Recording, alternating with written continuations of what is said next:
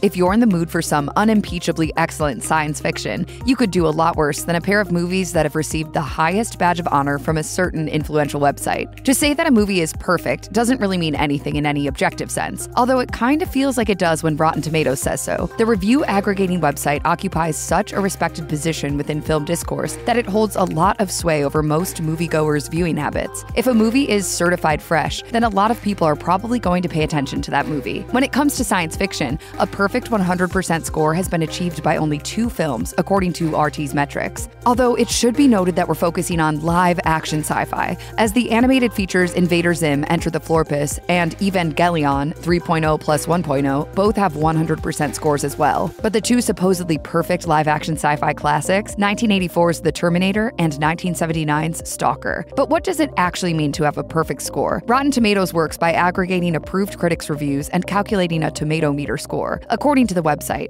when at least 60% of reviews for a movie or TV show are positive, a red tomato is displayed to indicate its fresh status. When less than 60% of reviews for a movie or TV show are positive, a green splat is displayed to indicate its rotten status. Films or TV shows that maintain a tomato meter score of 75% or higher have at least 5 reviews from top critics, and meet various other criteria are also eligible for the esteemed certified fresh designation. But even that elusive prize pales in comparison to achieving a perfect score, which basically just means a film has hit 100% on the tomato meter. Currently, The Terminator and Stalker are the only 2 live-action sci-fi flicks to earn such a coveted ranking. You can certainly take issue with Rotten Tomatoes' methodology, but if you were forced to pick 2 perfect sci-fi movies, you could do a lot worse than The Terminator and Stalker. The former was director James Cameron's big breakthrough, and it remains remarkable and relevant 40 years after its release.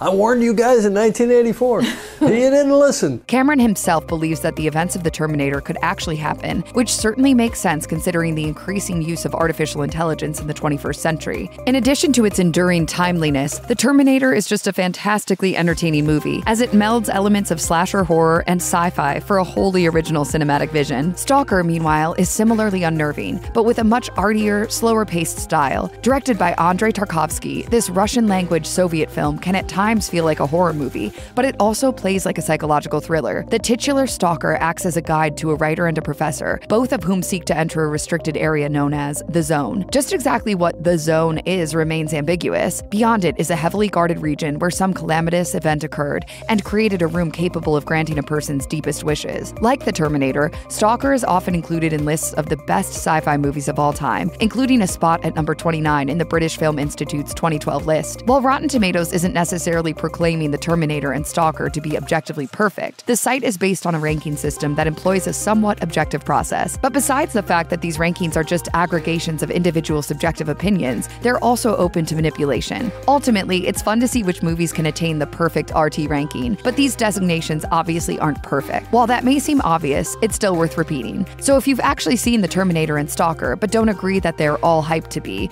there's no need to become pessimistic about the entire state of film criticism. Instead, just remind yourself that your own opinion is and always has been enough. I know.